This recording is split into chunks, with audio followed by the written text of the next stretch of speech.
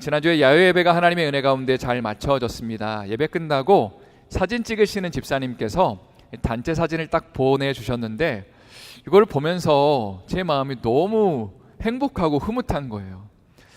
지난 10개월 동안 하나님이 우리 교회에 참 많은 은혜를 주셨구나, 또 귀한 성도님들을 보내주셨구나라는 생각이 들었습니다. 네, 한편으로는 하나님이 이런 마음도 주셨어요. 하나님이 복과 은혜를 주신다면 그것은 하나님이 주신 이 복을 잘 유통하라는 사명이구나, 우리가 정말 하나님이 기뻐하시는 교회를 세워야 되는구나를 다시 한번 새길 수 있었습니다. 그래서 지난 6월 초부터 저희가 레인처치 DNA라는 주제를 가지고 저희 교회의 핵심 가치 4가지를 여러분과 함께 나누고 있습니다. 가장 중요한 4가지 그 핵심 가치의 앞글자를 따서 KING, 킹이라는 단어로 표현을 해봤는데 제일 처음이 중요한 것 같아요. 바로 킹덤 로드십, 예수님의 왕되심을 고백하고 그분을 자랑하는 교회를 세워가는 겁니다. 사실 우리는 뭔가를 조금 잘하면 자랑하고 싶습니다. 그리고 다른 사람들에게 좀 드러내고 싶죠. 저도 야외 예배에서 찍은 단체 사진을 딱 받는 순간에 이거를 자랑하고 싶은 거예요, 누군가한테. 그리고 이런 마음도 들었습니다. 8월 달이 되면 새로운 예배 처소에 가면 더 많은 사람들이 올 것 같은 그런 꿈에 부풀면서 우리 교회를 진짜 뭔가 좀 드러내고 싶은 그런 욕구가 올라왔습니다. 이렇게 생각을 하는 가운데 하나님이 이런 마음을 주셨습니다. 재영아, 사람의 숫자나 어떤 건물의 화려함을 자랑하는 교회가 아니라 나를 자랑하는 교회를 세워야 된다. 예수님을 높이고 예수님을 드러내는 교회를 세워야 된다라고 말씀하실 때 제가 네 하면서 주님 앞에 그렇게 기도함으로 응답할 수 있었습니다. 성도 여러분, 사실 우리가 생각하는 교회에 잘못된 기초들이 있습니다. 4가지를 여러분과 잠깐 나누길 원하는데요. 어떤 사람들은 첫 번째로 교회를 건물이라고 생각합니다. 그래서 교회가 크고 멋지고 시설이 잘 갖춰져 있으면 많은 사람들이 교회에 몰려올 거라고 생각을 하는 것이죠. 두 번째, 어떤 사람들은 탁월한 조직이나 프로그램이 있으면 교회가 제대로 세워질 거라고 생각합니다. 물론 이 부분을 우리가 무시할 수는 없습니다. 가령 아이를 갖고 계신 부모님들의 입장에서는 나는 신앙생활을 조금 대충 해도 그래도 우리 아이들은 좀 교육부가 잘 갖춰진 곳에서 하나님의 말씀으로 좀 양육하기를 원하는 그런 마음을 우리는 충분히 이해합니다. 그러나 이런 것들이 건강한 교회를 세우는 근본이 될 수는 없습니다. 세 번째로는 어떤 사람들은 교회가 역사와 전통 위에 세워져야 된다고 그렇게 생각을 하죠. 그래서 우리 교회는 100년이 됐다, 200년이 됐다라는 것을 드러내고 자랑합니다. 그러나 어떤 경우에는 이 오래된 전통이 성경적 교회를 세우는데 방해가 되는 것을 보게 됩니다.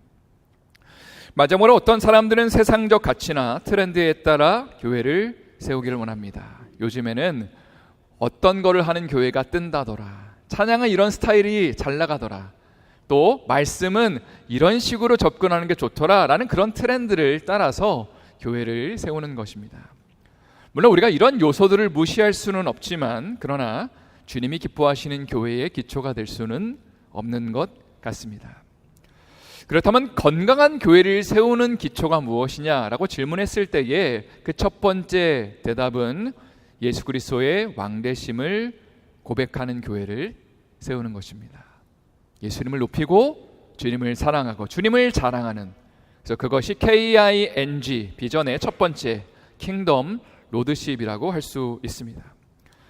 그러니까 이런 고백을 드리는 거죠. 예수님, 저는 죄인입니다. 주님 없이는 아무것도 할 수 없습니다. 예수님, 우리 교회의 주인은 바로 예수님이십니다. 예수님이 바로 이 예배하는 자리에 함께 하시지 않으면 아무리 많은 사람이 모이고 아무리 화려한 건물이 있다 하더라도 우리 교회는 아무런 의미가 없습니다 라고 고백을 올려드리는 것이 중요하다는 거죠.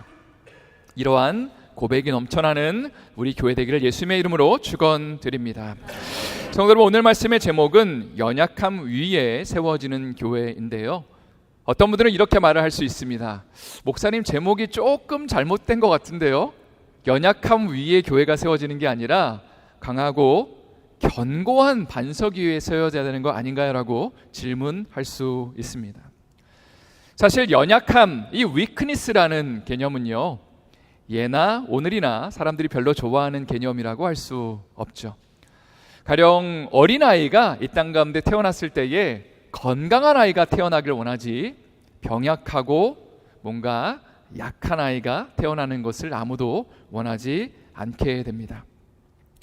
저도 어린 시절을 생각해 보면 전혀 그렇게 보이지 않으시겠지만 어릴 때는 좀 많이 아팠던 것 같습니다. 열이 40도까지 올라가면 어머니께서 밤을 새서 간호하셨던 그런 기억이 있습니다. 병원에 자주 갔는데 선생님이 이런 말씀을 자주 하셨던 것 같아요. 재영이는 편도선이 있어서 자주 아픈 것 같다. 그 편도선을 이제 좀 잠재우려면 뭘 많이 먹어야 될까요?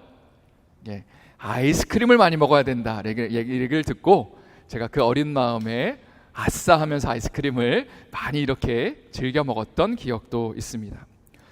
어쨌거나 저는 성인이 되어서 이 편도선 수술을 하게 됐고요. 더 이상 편도선 때문에 고민을 하지는 않습니다.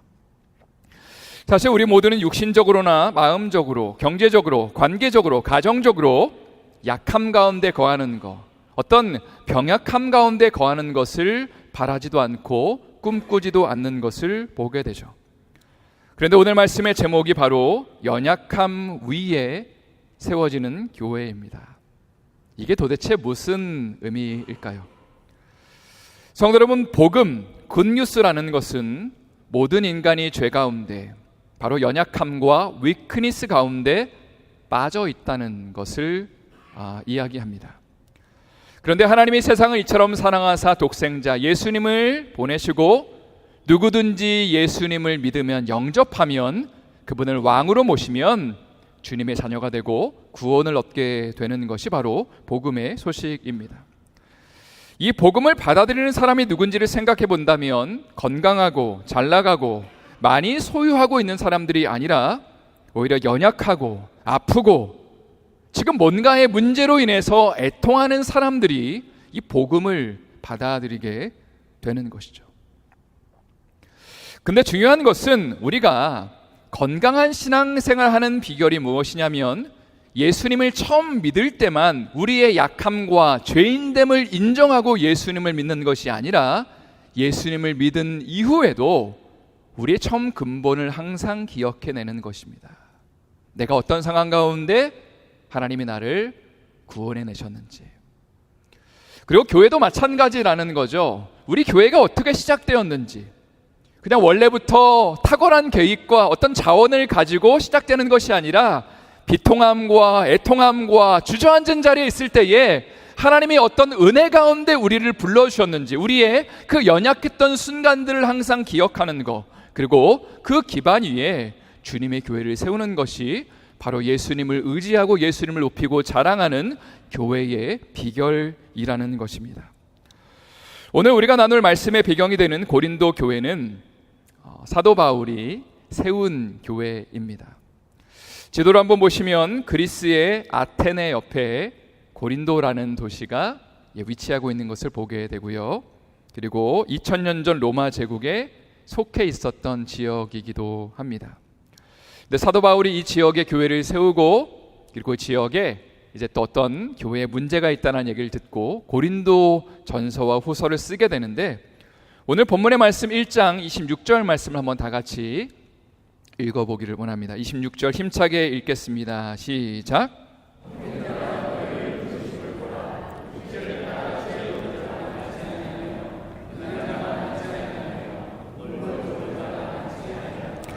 제일 먼저 다음의 표현이 와닿습니다. 형제들아 너희를 부르심을 보라. 영어 성경에 이렇게 되어 있습니다. Consider your calling, brothers. 자, 오늘은 이 표현을 좀 집중적으로 살펴보기를 원합니다. 우리가 누군가를 부른다라고 할 때 이 calling이라는 단어는 이 컨텍스트를 잘 봐야 됩니다. 왜냐하면 여러 의미가 될 수 있거든요.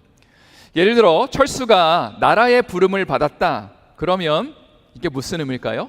이 부름받았다는 것은 군대에서 오라는 의미입니다. 사장님이 나를 따로 보기를 원한다. 그건 어떤 의미일까요? 그때는 사장님의 표정을 잘 살펴봐야 됩니다. 기분이 좋은 상태에서 나를 따로 보는 건지 아니면 화가 나 있는 건지는 잘 봐야지 나를 혼내려는 건가 아니면 뭔가 칭찬을 하려고 하는 건지를 구별할 수 있습니다. 오늘 본문 26절에 나온 하나님이 고린도 교회 성도들을 불렀다. 그래서 consider your calling, 너의 부르심을 한번 돌아봐라 라고 이야기하는 이 부름은 바로 구원, salvation과 연결되어 있습니다. 가령 헬라어로 교회를 에클레시아라는 단어로 사용하는데 이 에클레시아라는 단어의 의미가 뭐냐면 세상 가운데 하나님이 사람들을 부르셔서 그래서 모인 무리, 집단을 바로 교회라고 우리가 표현합니다. 그러니까 하나님이 지금 세상 가운데서 고린도 교회 성도들을 부르셔서 너희를 구원하신 것, 그것을 한번 너희가 돌아봐라 라는 것이 consider your calling, 너희를 부르심을 보라 라는 이 말씀의 의미라는 것이죠. 그러면서 하는 말이 26절에 보니까 이렇게 되어 있습니다. 그들이 어떤 상태에서 하나님이 그들을 구원하셨는지에 대해 표현하고 있는데, 육체를 따라 지혜로운 자가 많지 아니하며 능한 자가 많지 아니하며 문벌 좋은 자가 많지 아니하도다. 이 지혜로운 자가 많지 않다는 것은 고린도 교회의 지금 성도들, 멤버들이 세상적으로 봤을 때 좋은 교육, 학교를 나온 사람이 지금 거의 없다라는 의미입니다. 그 다음에 능한 자가 많지 않다는 것은 영어 성경에 powerful 혹은 influential, 한 자가 많지 않다고 표현한 걸 보니까 어떤 세상에 영향력을 끼치는 그런 인플루언서들이 많지 않다라고 해석할 수 있고요. 마지막으로 문벌 좋은 자가 많지 않다는 것은 좋은 혈통이나 가문의 출신의 사람들이 이 교인들 가운데 거의 없다라는 것으로 이해할 수 있습니다. 그런데 이러한 사람들을 하나님은 부르시고 구원하시고 그리고 교회 공동체로 세우셨다는 것이죠. 사실 오늘 본문을 좀 더 와닿게 이해하기 위해서는 고대 로마 사회에 존재했던 수치 문화, shame culture라는 것을 우리가 좀 이해할 필요가 있습니다.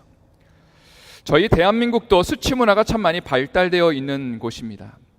쉽게 말해서 우리 자신이나 우리 가족과 연관된 어떤 일들이 주변 사람들에 의해서 어떤 평가와 평판을 받는지에 지나치게 예민한 것이, 민감한 것이 바로 수치 문화의 특징이라고 할 수 있습니다.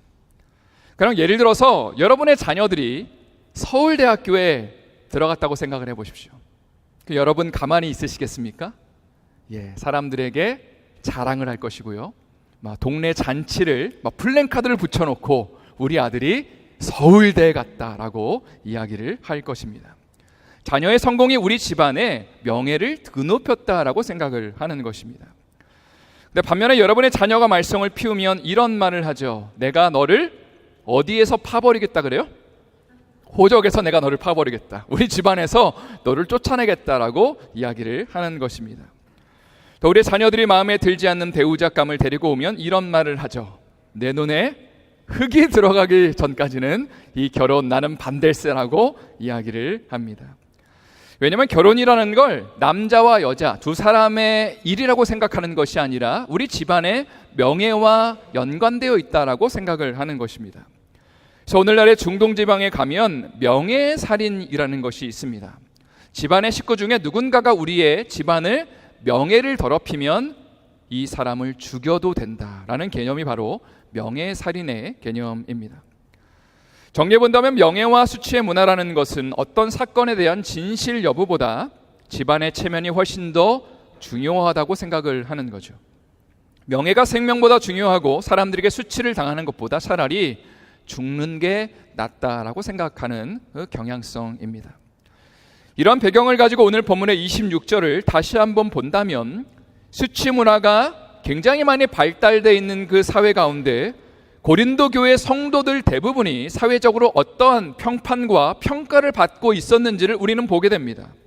그들은 많이 배우지 못했고 사회적 영향력을 끼치지 못했고 좋은 집안 출신도 아니었다는 거죠. 쉽게 말해 사회에서 보잘것없다라고 평가를 받는 사람들, 무시를 받고 천대를 받는 사람들, 그냥 배고프고 힘든 가난한 삶을 사는 정도가 아니라 어떤 사회적인 평판과 평가가 아주 최하위에 손가락질을 받고 있는 사람들이었다는 거죠.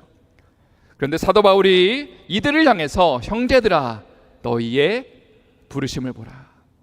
Consider your calling. 하나님이 너희를 어떻게 구원하셨는지를 돌아보라고 지금 이야기하는 것은 어떤 비참하고 그 비통한 상황 가운데 은혜가 많으신 하나님이 너희를 건져내셨는지를 한번 기억해 보라라고 그렇게 지금 도전하고 있는 것입니다.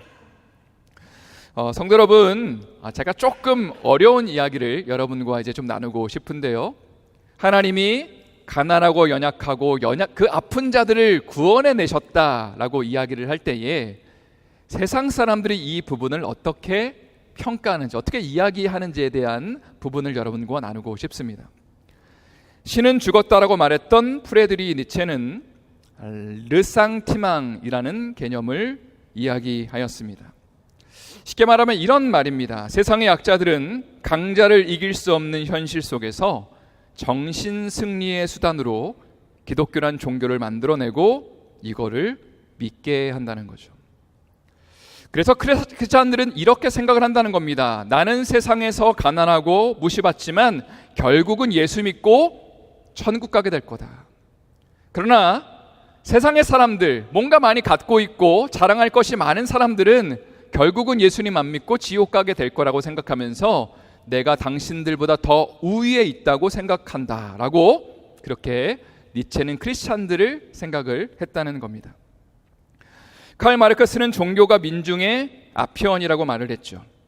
쉽게 말해 사회적인 경제적 약자들은 종교를 현실 도피의 수단으로 사용해 왔다는 주장입니다. 마치 이런 예를 들면 어떨까요? 이솝우화에서 여우가 지금 키가 작은 여우가 저 높이 있는 포도 송이를 따기 위해서 막 점프를 합니다. 근데 아무리 해도 닿지를 않는 거죠. 그리고 마음속으로 이렇게 생각을 합니다. 뭐라고 생각해요? 저 포도는 분명히 신포도일 거야. 안 먹고 말어 하면서 그냥 포기하고 돌아갔다는 거죠.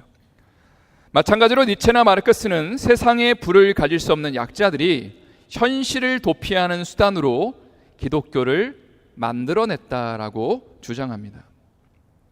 그러나 성도 여러분, 이 사람들은 사실 복음을 오해하고 있다고 그렇게 볼 수 있죠. 왜냐하면 복음은 정반대의 이야기를 하고 있기 때문입니다. 한번 잘 들어보세요. 쉽게 말해 사회적 경제적 약자들이 현실을 돕기 위한 수단으로 복음을 만들어내거나 믿은 것이 아니라 오히려 복음은 이렇게 말합니다. 절대적인 강함과 높음을 갖고 계신 하나님의 아들 예수가 우리를 구원하기 위해 가장 연약한 모습으로 약자가 되셔서 이 땅 가운데 오셨다는 거죠. 이것은 세상의 어떤 사람들이나 개념들도 생각해내지 못한 그런 생각입니다. 세상 사람들은 좀 더 강해지고 높아져야지 우리의 삶이 더 나아질 수 있고 자랑할 것이 많다라고 얘기를 하지, 어떤 누구도 강한 자가 약자가 되겠다라고 자처하는 경우는 세상의 논리로는 찾아볼 수 없다는 거죠. 그러나 우리가 믿는 복음이라는 것은 하나님의 아들 되신 그분이 이 땅 가운데 가장 약한 연약한 아이의 모습으로, 가장 부족한 모습으로 그 이 땅 가운데 오셔서 우리를 위해 십자가를 지시고 우리의 생명을 허락하셨다는 것이 바로 복음의 내용이라는 거죠. 그런 차원에서 생각을 해본다면 세상의 강함과 높아짐을 추구하는 사람들, 나를 자랑하는 사람들, 내가 다른 사람보다 그래도 좀 낫다라고 생각하는 사람들은 복음을 절대로 받아들일 수 없습니다. 한번 여러분 자신을 돌아보십시오. 나는 나에 대해서 어떻게 생각을 하고 있는지를 돌아보라는 의미입니다. 왜냐하면 예수님은 자신의 강함을 내려놓고 세상의 가장 약한 자의 모습으로 오셨기 때문에 복음을 받아들이려면, 복음을 누리려면, 그 예수님의 그 정신을 이해하려면 우리도 우리의 잘남과 우리 어떤 잘하는 것들을 내려놓고 낮은 자리로 가야지 주님의 마음을 이해할 수 있고 복음을 받아들일 수 있다는 것입니다. 오늘 본문의 말씀 27절과 28절의 말씀을 또 한번 힘차게 읽어보기를 원합니다. 우리 한번 힘차게 읽겠습니다. 시작.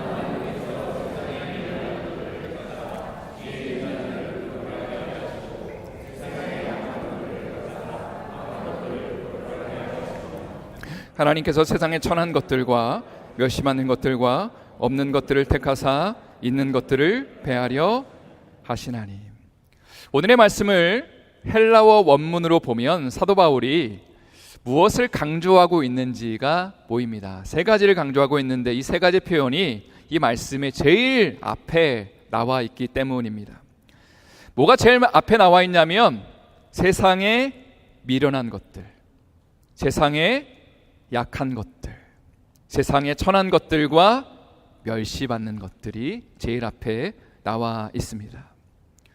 그러니까 아까 언급했던 수치 문화가 발달되어 있는 당시의 관점에서 보면 고린도 교회의 성도들은 어떤 사람들이었냐? 세상에서 별 볼 일 없었던 사람들, 소망이라고는 구석이 한 군데도 찾아볼 수 없었던 사람들, 세상에서 가장 천한 사람들, 그래서 손가락질 받고 무시받는 사람들, 이런 사람들을 하나님이 건져내셨다는 것을 지금 이야기하고 있습니다.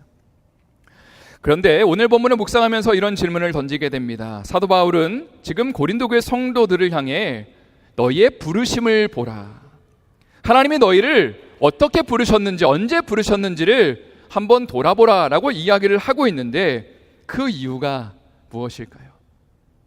그들의 연약함과 수치와 낮은 어떤 그 사회적인 상태를 너희가 계속 기억해라 라고 이야기를 하는 그 이유가 무엇일까요? 아마 고린도 교회 성도들은요, 예수님 처음 믿을 때에 감격하며 울며 주님을 믿기로 결단했던 것 같습니다.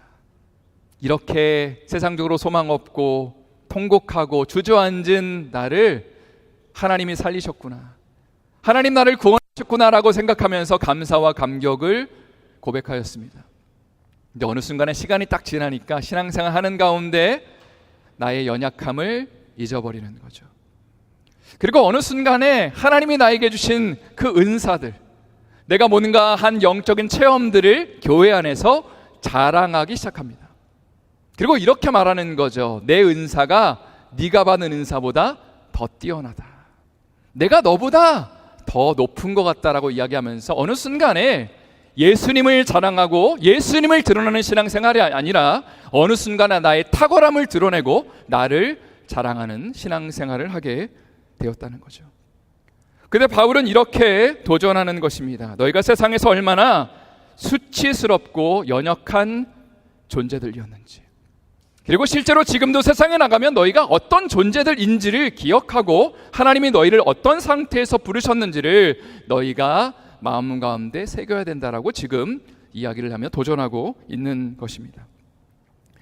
이제 29절의 말씀을 한번 여러분 다 같이 읽기를 원하는데요, 저를 한번 힘차게 이번에는 따라하도록 하겠습니다. 이는 아무 육체도 하나님 앞에서 자랑하지 못하게 하려 하심이라.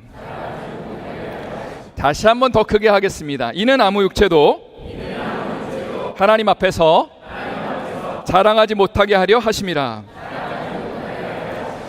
성도 여러분, 그렇다면 우리는 누구를 자랑해야 될까요? 우리를 자랑하는 것이 아니라, 우리를 높이는 것이 아니라 예수님을 높이고 자랑해야 됩니다. 이게 바로 우리의 연약함을 기억할 때, 우리의 죄인 되었던 그 상태를 기억할 때에, 우리의 어떤 아팠던 시간들, 통곡했던 시간들을 기억할 때에 우리는 나를 드러내는 신앙생활이 아니라 예수님을 높이고 예수님을 더 많이 사랑하고 예수님을 자랑하는 신앙생활을 하게 된다는 거죠. 교회도 마찬가지입니다. 강함이라는 기초 위에 교회가 세워진다면 우리의 잘남이나 숫자나 건물을 자랑하게 될 것입니다. 우리가 뭔가 탁월해서, 우리가 뭔가를 계획해서, 뭔가 예산이 풍성해서 사람이 많아서 우리가 이 교회를 이렇게 시작하게 됐다고 사람들에게 우리를 드러나게 한다는 것이죠. 그러나 우리의 연약함 위에 교회가 세워진다면, 우리가 울고 있고 통곡하는 가운데 어찌할 바 알지 못할 때에 하나님이 우리 교회에 어떤 은혜를 부어주셨는지, 그리고 이 교회가 어떻게 시작됐는지를 기억한다면 어떤 사람의 탁월함이나 누군가의 어떤 그 지혜나 강함을 드러내는 교회가 아니라 주님을 드러내는 교회. 우리는 못하는데 하나님이 하셨어요. 하나님을 자랑합니다. 예수님을 높여드립니다라고 고백할 수 있게 된다는 것이죠. 이제 마지막으로 팀 켈러 목사님이 쓰신 Reason for God, 하나님을 말하다라는 책에 나오는 내용을 여러분께 소개하고 싶습니다. 이 책에서 재밌는 게 뭐냐면 목사님은 세상 사람들이 크리스찬들을 향해 갖고 있는 좀 불만들을 소개하고 있습니다. 그리고 이에 대해서 우리 크리스찬들은 어떻게 답변할 수 있는지를 이야기하는 거죠. 세상 사람들이 갖고 있는 크리스찬들을 향한 불만 중 하나는 교회 다니는 사람들이 더 불의한 것처럼 보일 때가 많다는 겁니다. 쉽게 말해, 야, 교회 다니는 것들이 더하네, 이런 말 들어보셨나요? 분명히 열심히 믿고 있는 사람으로 알고 있는데 세상에 나가서는 진상짓을 한다거나 새치기를 한다거나 탈세를 한다거나 불의한 일을 하는 경우가 너무나 많다는 거죠. 이것이 세상 사람들의 비판거리가 되는 것입니다. 그렇다면 왜 이런 일이 벌어질까를 질문했을 때에 목사님은 광신의 문제를 지적하고 있습니다. 광신이라는 게 뭘까요? 지나치게 미친 것처럼 믿는다라는 의미를 담고 있습니다. 이들은 열성적인 신앙인 것처럼 보이지만 뭔가 분별을 잃어버린 모습을 보입니다. 밸런스가 깨져 있죠. 일상의 삶을 포기하고 교회에 일하만 몰두하는 것처럼 보이는데 자신은 우월하고 잘하고 있다고 믿고 누군가를 판단하고 정죄하는 모습을 보인다고 합니다. 그런데 팀 켈러 목사님은 광신적 신앙의 모습은 예수님을 제대로 믿고 있는 것이 아니다, 복음을 제대로 이해하고 있는 것이 아니다라고 지적하고 있습니다. 왜냐하면 이들은 자신들의 죄인됨과 연약함에 기반하여 하나님의 은혜를 붙잡는 자들이 아닌 거죠. 오히려 바리새인들처럼 자신들의 우월함에 기반하여 하나님을 붙잡으려고 합니다. 그래서 누구보다 더 많은 종교적 열심을 내고 많은 몽사를 합니다. 그런데 이 과정 가운데 누가 높아지는지를 보면 결국 내가 높아지는 신앙생활을 합니다. 내가 영광을 받고 내가 칭찬받기를 원합니다. 왜냐하면 그 시작부터가 연약함의 기초 위에 자신의 신앙을 쌓은 것이 아니라 내가 뭔가 다른 사람보다 더 잘났다고 생각하면서 더 많은 헌신을 하고 있다고 생각하니까, 더 많은 탁월함을 갖고 있다고 생각하니까 나를 자랑하고 나를 드러내고 나를 높이는 신앙생활을 하는 거죠. 그리고 항상 나를 기준으로 누군가를 판단하고 비판하게 됩니다. 이것이 나 중심적인 신앙생활의 특징이라는 거죠. 결국 우리 자신의 열심과 강함 위에 하나님을 믿는 신앙을 추구하면 광신이라는 열매를 맺게 되는 겁니다. 그러나 우리의 연약함 위에 하나님을 믿게 되면 어떨까요? 우리가 처음에 예수님 믿을 때에 주님이 어떻게 불러주셨는지를 항상 기억한다면 어떤 일이 벌어질까요? 우리가 잘나서 하나님이 우리를 구원하시는 것이 아니라 약함 가운데 있는데, 상처 가운데 있는데, 주저앉아 있는데, 통곡하고 있는데 죄를 해결할 수 없다고 생각하는데 주님이 전적인 은혜로 우리를 불러주시고 안아주시고 사랑한 것을 항상 기억한다면, 그리고 연약함 위에 우리의 신앙을 견고하게 세우게 된다면 우리는 나를 자랑하는 신앙이 아니라 주님을 자랑하는 신앙을 갖게 될 겁니다. 예수님을 높이고 예수님을 더 많이 사랑하고 그분을 닮아 나가게 되는 것이죠. 이제 말씀을 마무리하기를 원합니다. 오늘 말씀의 제목, 연약함 위에 세워지는 교회는 은혜 위에 세워지는 교회라는 의미를 담고 있습니다. 그러니까 우리는 매일 순간순간 우리의 죄인됨과 연약함을 기억해야 됩니다. 그리고 하나님이 우리를 처음에 어떻게 부르셨는지, 우리 교회를 어떻게 처음에 시작하게 하셨는지를 항상 기억하는 것이 필요합니다. 그래야 우리는 사람을 높이고 사람을 지켜 세우는 교회가 아니라, 혹은 성도의 숫자나 예산의 규모나 건물의 화려함이나 사람들의 잘남을 자랑하는 교회가 아니라, 그래야지만 예수님을 높일 수 있고 예수님을 자랑할 수 있고 예수님께 영광 돌리는 교회를 세울 수 있는 것입니다. 마지막으로 우리가 약하다는 것을 알면 어떠한 신앙생활의 모습이 보이냐면 하나님 앞에 기도하게 됩니다. 참 중요한 부분이라고 생각을 합니다. 우리가 할 수 있다고 생각하는 것이 아니라 할 수 없음을 알기 때문에, 그게 원래 우리의 출발 포인트라는 것을 알고 있기 때문에, 하나님의 은혜라는 것을 알고 있기 때문에 항상 기도하는 것이죠.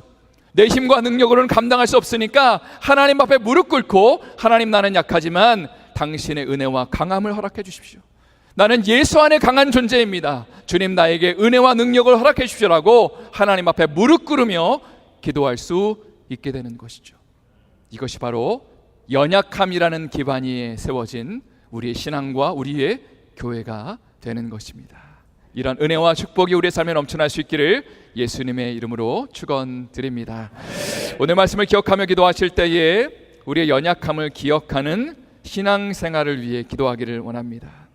나를 찬양하고 나를 높이고 나에게 영광을 돌리다 보면 어느 순간에 주저앉게 됩니다. 내가 뭔가 탁월하다고 생각할 때는 다른 사람보다 우월하다고 생각하지만 반대 생각이 들면 내 마음이 너무나 우울하고 힘들어지게 되죠. 오히려 우리의 죄인됨을 항상 기억하며 예수님이 나의 삶의 왕이십니다, 주님 나를 통치하시는 분입니다라고 고백하는 삶을 살게 하여 주시옵소서. 또 우리 교회가 연약함의 기반 위에 세워지기를 기도하기를 원합니다. 사람을 높이고 건물의 크기나 사람의 숫자를 자랑하기보다 우리의 죄인됨과 연약함을 인정하며 예수님 높이고 예수님만 자랑하는 교회 되게 해주시고, 우리의 연약함을 알기에 더 많이 기도하며 주님을 더 많이 의지하는 교회 되게 하여 주시옵소서. 간절한 마음을 가지고 기도하시